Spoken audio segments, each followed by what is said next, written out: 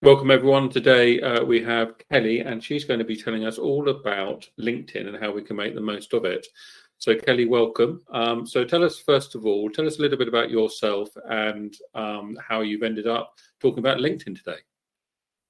I'm Kelly O'Hare, and I run an agency called Constructive Marketing, and we help businesses boost their brand. Lots and lots of different ways, but we're a B2B specialist, and we have industry specialisms within that, and lots of time poor business owners and SMEs come to me and say, we need to be on LinkedIn. How do we do it? So over the years, I've been asked to work with a lot of different SMEs and micro businesses, even larger firms where I've gone in to train their sales teams. But it's always about how you should be on LinkedIn. People are a bit overwhelmed by the size of it, what they need to do, how they're going to come up with stuff. And so I developed a way of training for LinkedIn that sort of hopefully leaves people with a bit more confidence and just feeling more comfortable in and around LinkedIn, so they can get in there and learn to make the most of it for their specific needs, because there's so much you can get out of LinkedIn these days, and it's evolving all the time. So lots to do. So I'm going to be totally upfront here. I'm not a man who enjoys social media. So there's Facebook and there's TikTok and there's Instagram and all the rest of it. And there's so many different channels. And when I go through those channels, I look at some of the stories, and let's talk about X, and some of the stories can be quite radical. So why is it you're saying LinkedIn is the right route to go? If you are in business, LinkedIn is the place to be. Over 200 million users, I think, or even more than that now. In the UK, 4 out of 5 professionals are on LinkedIn. If you think of, I think it's 39 million, it's probably 40 million now, it's probably ticked over already. But the UK's population is just under 70 million. About 20% of them are children in school. About 20% of them are retired. And that leaves, nearly everybody who is of working age is either on LinkedIn, or if they're not, they have retired but stayed on LinkedIn, which makes them, still really useful people with loads and loads of knowledge, and they're worth reaching out to if that's your target market. So there will be your potential suppliers, your clients, your employer, your colleagues will all be on LinkedIn. Okay, so why? I mean, I don't know if it's still going, but a few years ago, the rave was Snapchat, wasn't it? And yeah, it's still going. Still going, is it? Okay. Yeah. We talk about TikTok, and we're recording this in January 2025. With a new president coming into America, then it's likely to be banned in America. It's got 5 days left. It's got 5 days left, has it? Okay. So, and when I talk to people, and they put so much hard work into their social media, and as I mentioned earlier, to me, platforms come and go. Why is it that LinkedIn seems to be one which, from my memory, has been around for probably 15 years or something? You might put me right. It's longer than that, I think. But I think it's still around because it made the really good decision to specialize from day one. It started as a platform for business people to meet other business people, and I think that the guys that started it up they freely admit that they looked at Facebook and thought, oh, we need a business version of that. Okay. But obviously both have evolved completely differently. LinkedIn is owned by Microsoft now. So really? When did that happen? Oh, 2016 is quite a while that they've owned it, but of course it was hugely valuable to them with all the data, all of those users, all of those potential Windows users, but the AI that has been pushed into LinkedIn and all the other sort of video elements that you can use on LinkedIn now, they've all come from Microsoft's knowledge. Okay. So having a massive backer like Microsoft is big news, isn't it? And also, I'm guessing, as you say, because it's business focused and centric, it has perhaps more consistency compared to other platforms. And I think business has only become more global since LinkedIn started. So, you might, when you first joined LinkedIn, you might have just looked at people in your local area or people in the UK, but actually now, why wouldn't you? There's loads and loads of small businesses use suppliers overseas. So, and it's very, very easy to find them on a platform like LinkedIn. Okay.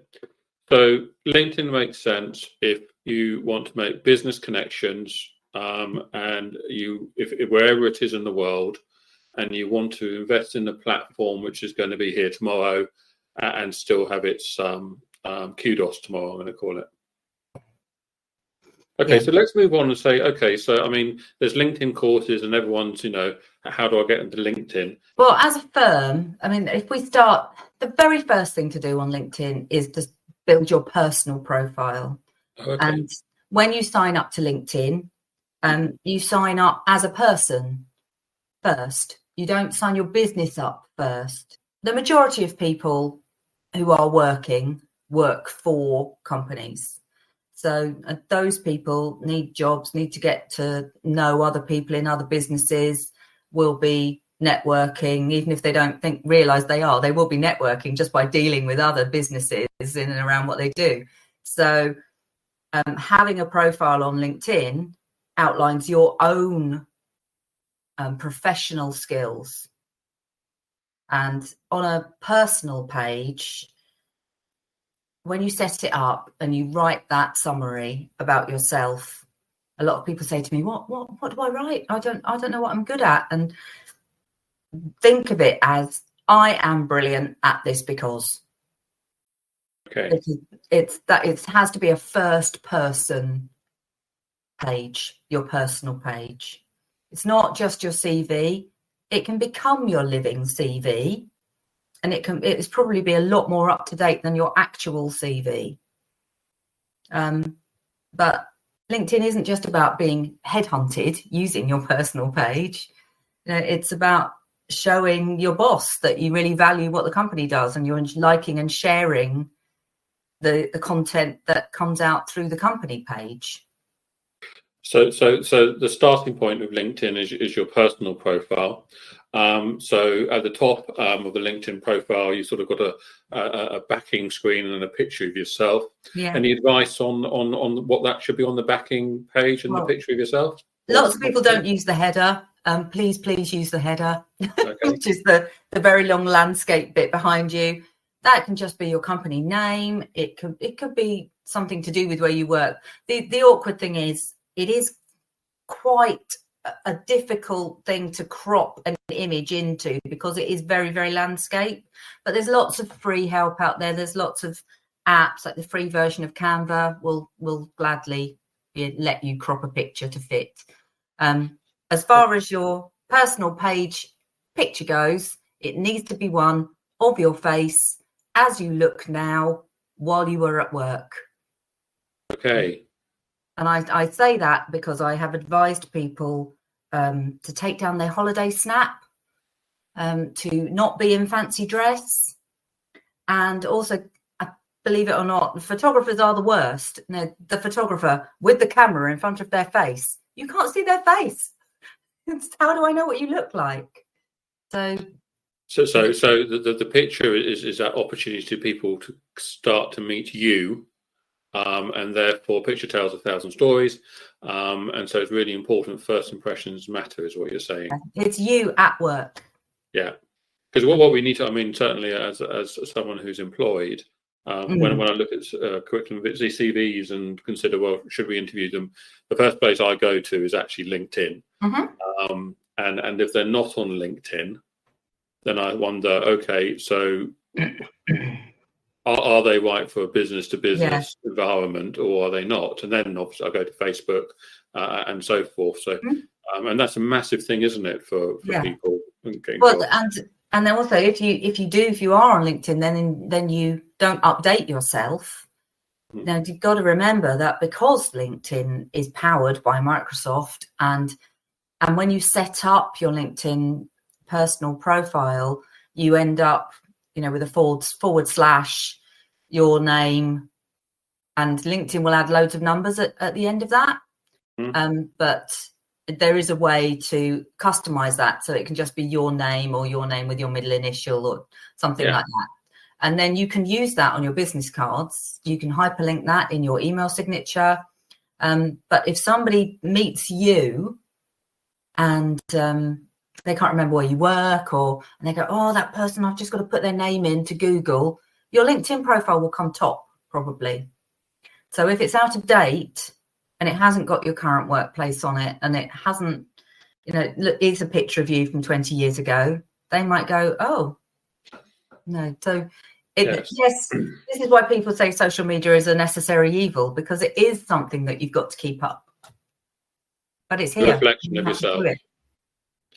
So, but if I've had a LinkedIn page for, I say, 10 years and I haven't done much with it, can I change that profile with the numbers on it without losing your data? Once you log in as you, you just click on your face and get to your profile, and once it appears, there'll be a little pencil that over any bit that you can edit. And you can update. And if you haven't updated anything for a long time, LinkedIn might prompt you to check things. But you can definitely edit everything, your picture, your contact details. There's so many people that don't put good contact details in for them. And then if you're not actually, they check and they've suddenly got 100 million messages from people, and some of them are quite important, but they've not been logging into LinkedIn to notice. So these days, if you're going to be on LinkedIn, download the app to your phone, then you can deal with notifications as they come in, and you won't get a build up. It'll remind you to keep it up to date, and you can do posts while you're out and about. That's one of the brilliant things about having a mobile device that is basically a really powerful computer.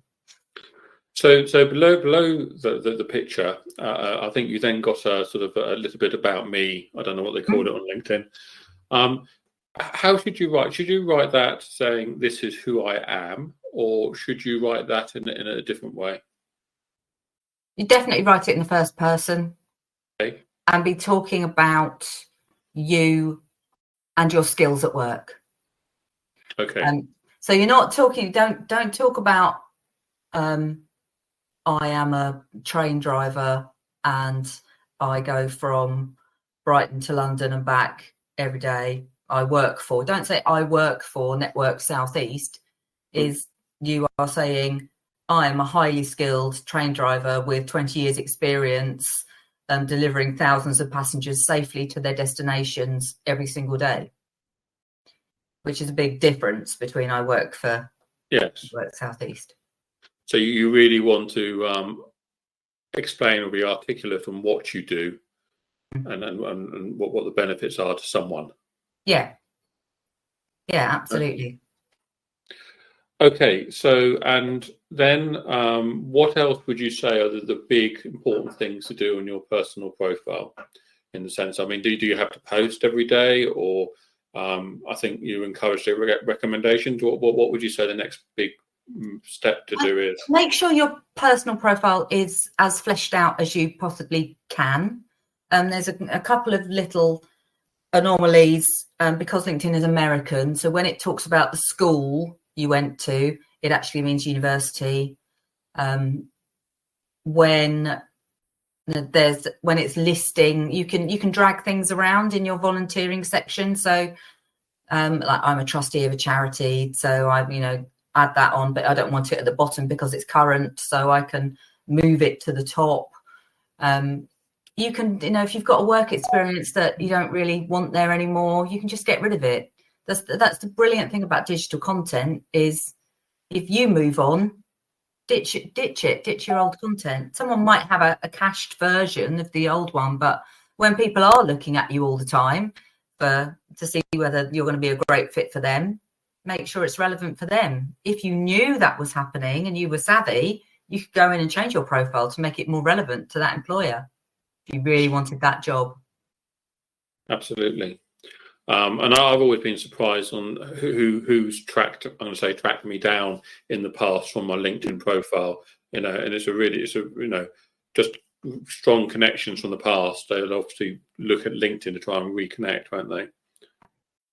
Yeah, and so I do a lot of networking as a small business owner, and the amount of times if you go up to someone, you're going to the networking meeting, you receive the list in advance of who's going to be there, so you can go through and think, oh, that person might be worth talking to, and look them up on LinkedIn, look at what they've been doing, and then you've got a reason to go and talk to them in that room. And you say, well, I just wanted to say I saw what you said on LinkedIn about this, and I completely agree with you. And nearly everyone I've ever said something like that to has gone, oh, did you?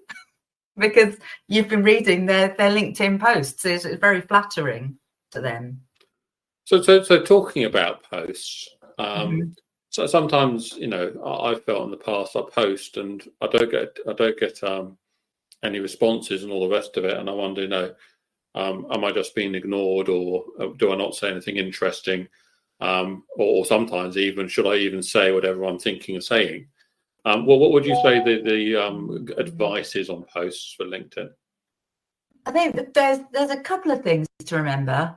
Social media is just a conversation. You're just chatting to someone about either something you're pretty pleased with, something you want to know the answer to,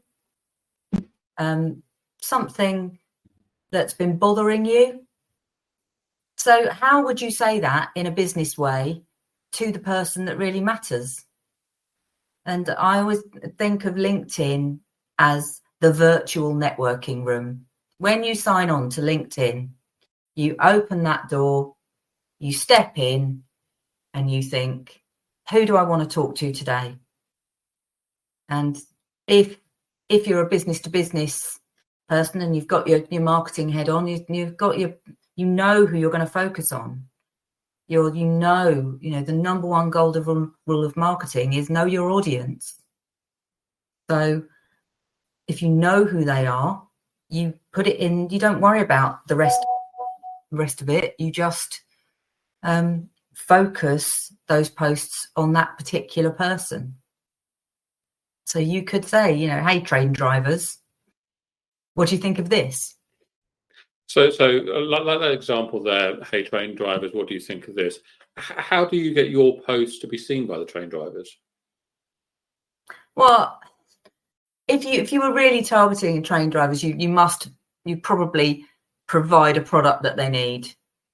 So you would have connected with them in the first place. Yeah. If you're brand new to LinkedIn and you haven't got any connections, you need to have some sort of idea of the people you want to connect with. And it generally will start with the people who are closest to you. So, another way to visualize it is when you're posting, you drop the pebble in the water and you want your post will hit the first ripple, which is all the people you know directly. But really, to gain proper engagement, you want that second ripple or even the third ripple. And when you do look at LinkedIn and you look at your connections and who it connects you to, it's always some mind-boggling number. Like I've got a couple of thousand personal connections, but it connects me to something like 7 million people. And I think, well, you're never, ever going to be able to talk to all of them. But some of them over here, that third ripple might be really valuable. So it's those types of people. And you can target your posts just you being genuine, and having genuine conversations that sort of hit a work nerve with people. So if someone wanted to prioritize, what's more important? Is it more important to put some posts out there, or would you say it's more important to comment on someone else's posts if you were just going to start getting more active in I think if you're not very confident, there's always the adage of listen, talk, engage. So just go on LinkedIn and have a scout round and have a scroll up and down and see what thing, and then be brave enough to hit the like button on a post. But this is never forget, with an algorithm, the more you like stuff featuring cats walking across keyboards, the more LinkedIn will show you cats walking across keyboards, and then it will become less valuable. So if you want to use LinkedIn to build valuable connections or maybe even gain new clients, you follow the people that you want to be your client and you start liking their posts. And then LinkedIn will show you more of their posts. Then you could be brave enough to comment on one of their posts, and you're building that relationship. You can look up that company, see who works there, see if anybody wants to connect with you.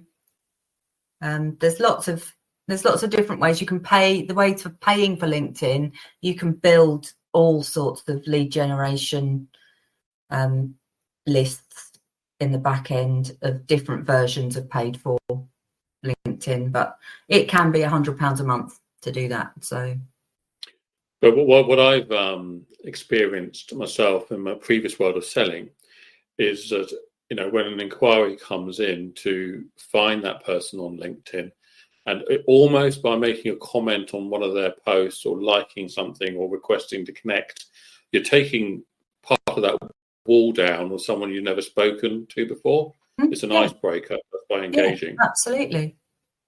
And I've got quite a few construction clients, and quite often, especially for the contractors, we get potential subbies will contract, and they'll want to work with that contractor, so they'll comment on when I put up a successful contract post, and it's like, great job, we'd really love to help you on the next one.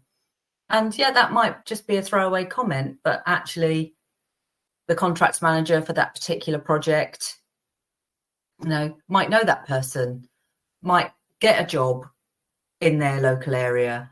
It's always worse. You're still saying, here we are, this is what we do, look at my website, make it all add up. So before we move on to another area which I really want to discuss regarding LinkedIn, so just to run through what your suggestions are, or what the rules are, is your personal profile. You've got the landscape image at the top, which it should be either who you're working for or what your profession is, but work related. Don't have your picture holding a margarita on a sandy beach. No, it's a professional work.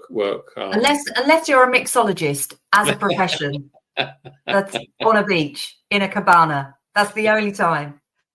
And then you want to make sure that your main, I want to say, description is you don't just say you're a marketeer as an example.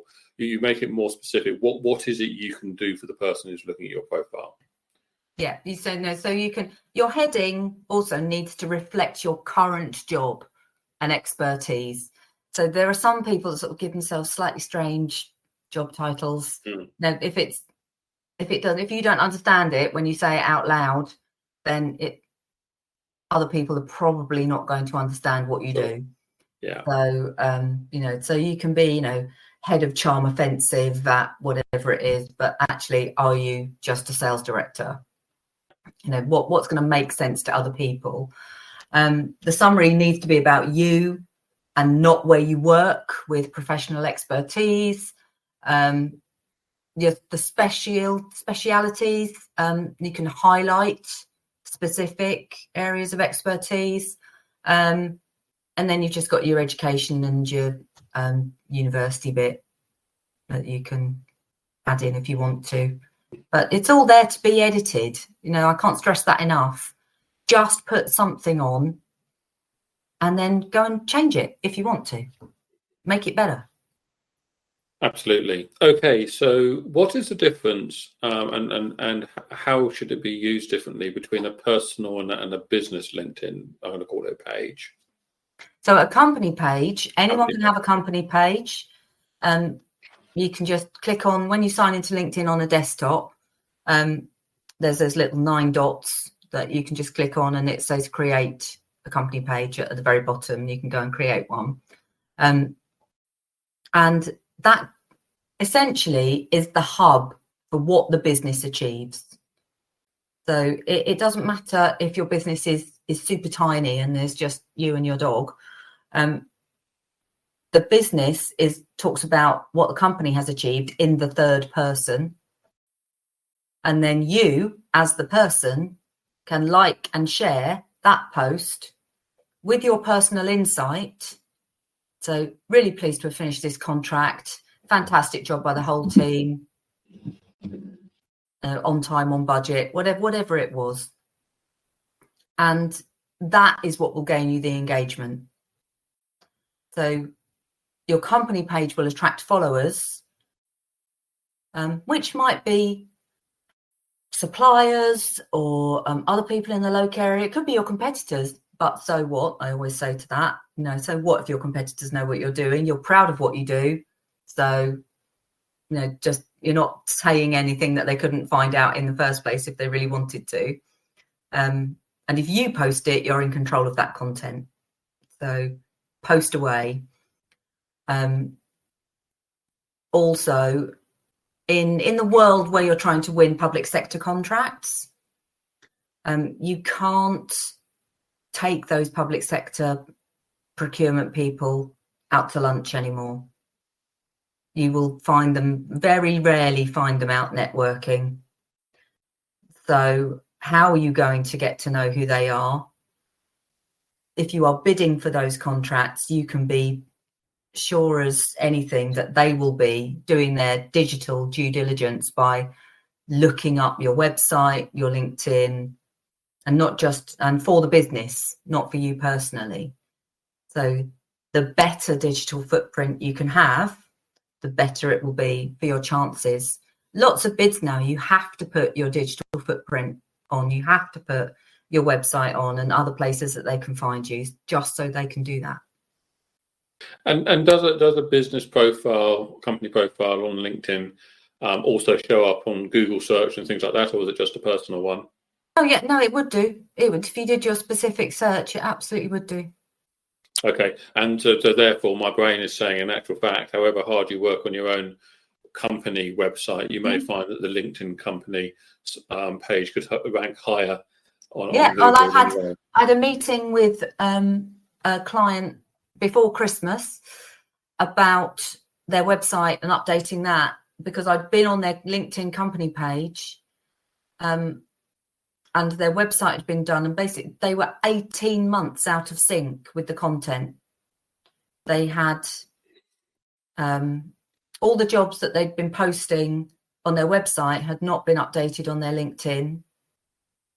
And so if you were scrolling through their posts on LinkedIn and going, oh, they've done that job, they've done that job, you wouldn't see it on the website and vice versa. So okay, nothing you need to make sure it synchronizes with each other then. Well, but because at the end of the day, with your marketing strategy, LinkedIn needs to form part of your marketing strategy. It's not just stand alone. And if your main goal is to drive people to your website so they can find out lots more about what you do, or even buy things on your website, then you absolutely need to make sure that the content you're placing on your LinkedIn page is relevant to what's on your website. Okay, that's brilliant. So I guess, Kelly, really where we really start is on our personal profiles. What would you say are the golden rules there? Okay, with your personal profile, you need to make sure that your heading actually works for you. that it's something that is relevant to what you're doing, that your picture is of you, that you are using a photo that's up to date, your summary is about you and not where you work, and that you can highlight your areas of expertise using specialties. You can then you add your experience, which is the CV bit, and your education, but your heading and your photo and your summary are the three most important things about your personal profile. If someone gets past that reading your profile, then they probably seriously are looking to headhunt you or take you on for a contract or something. So make sure those three are right. So we've got our profile sorted out, and then it comes down to posting. And I know earlier we spoke about engaging in other people's posts.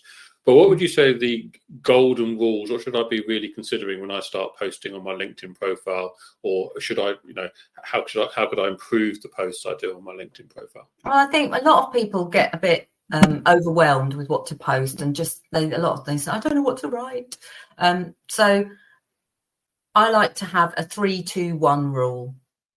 So for every 3 posts that are key to your messaging, which is, we've got this new product, here's our brilliant project that's been completed, how about this for a service, here's a testimonial, those types of things.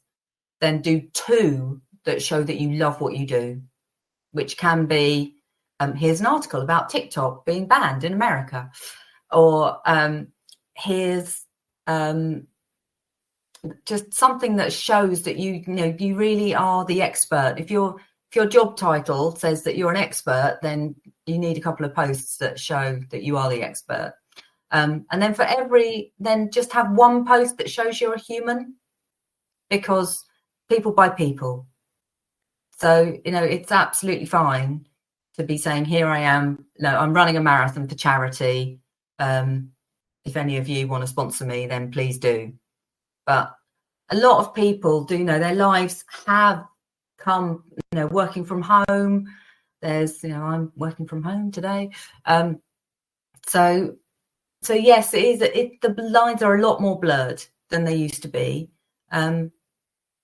But you can be really clear with your key messaging posts about the work that you want to do for people, the products you want to sell to people, the achievements your business has made.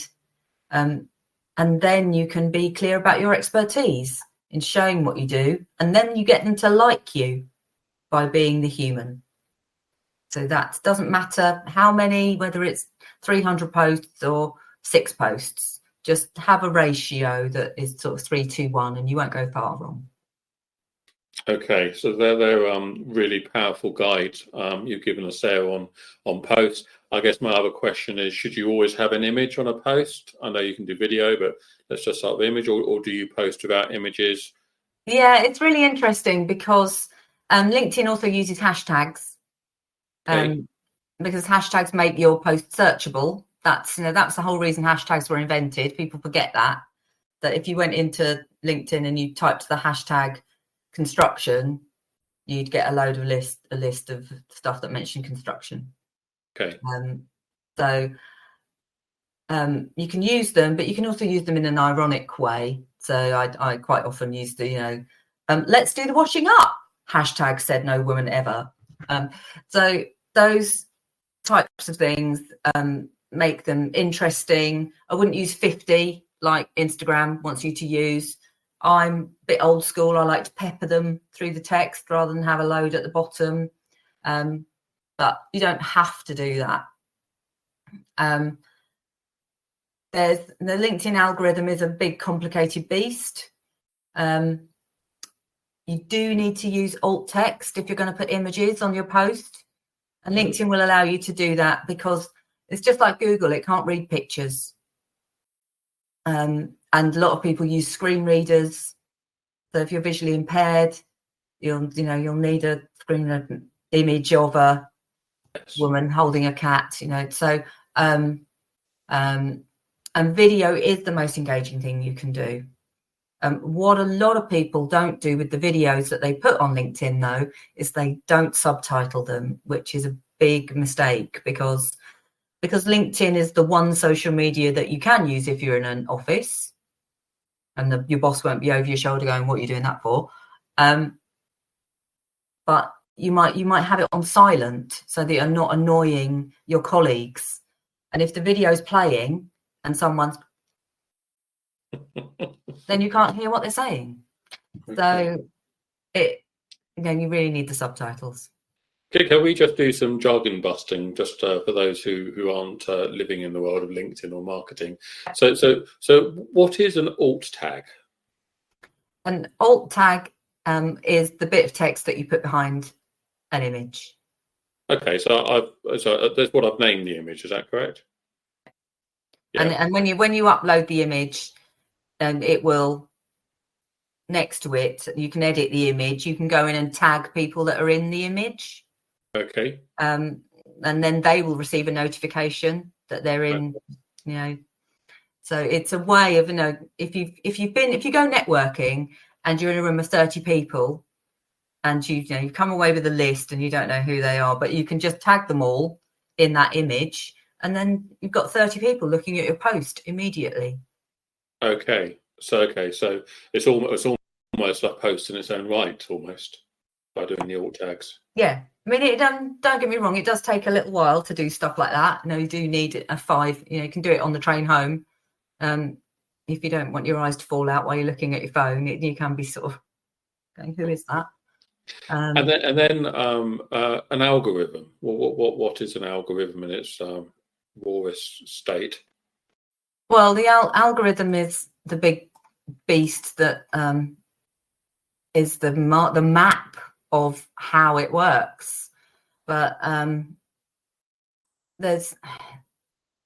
would say LinkedIn and the algorithm is just as complicated as Google's. It's the strategy for them and sort of how they're going to grow and how they're going to show you the content that you want to see to get you coming back to it over and over again.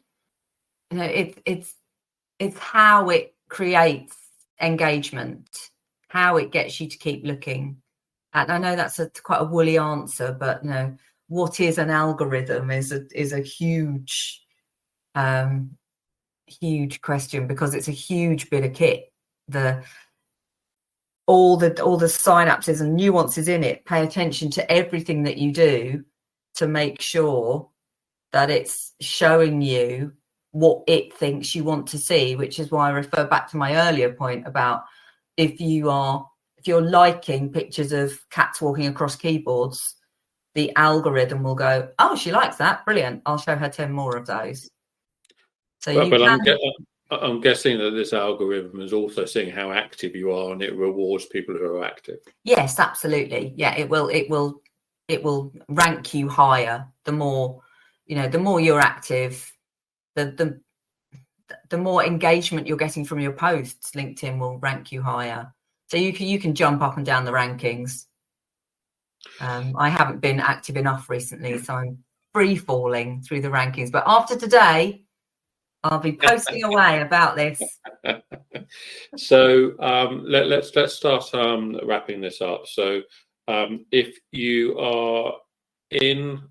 want to be employed in a professional role, or you want to stand out from the crowd when people are considering or wanting to headhunt, or you want to impress customers who you're trying to sell to, you really should make sure your personal profile is business professional and how you'd want the business community to see you. Yeah, you as a person, absolutely. Okay. And when you talk about the About Me, just to rerun this, you're talking about yourself, but more what you can do for people or why you are credible to do it. Yeah, it's about your skills. Work, not where you work. Okay, and if you are a business or you've got a side business, then you use your company page to talk about everything about the company, And, So that's the opposite. That isn't about you. That's yeah, about where you work. sure. So, so there you're talking about company achievements, people that you've worked with or companies that you've worked with, relevant website content, any updates, any hyperlinks that you can share, client wins, jobs, anything to do with the firm and not you personally. And when we look at social media platforms across the realm, if you want to be noticed in business, then would you, as a safe bet, say that put your energy into LinkedIn rather than any other platform? For business, absolutely. I mean, business, unless you are a wholly consumer-facing brand, but even then, you'll find your best suppliers probably through LinkedIn. Okay. And how long would I get away with just spending 10 minutes a day on my LinkedIn profile and that would make a difference? I mean, the best, if you're a time poor, busy person at work, diary some time for LinkedIn.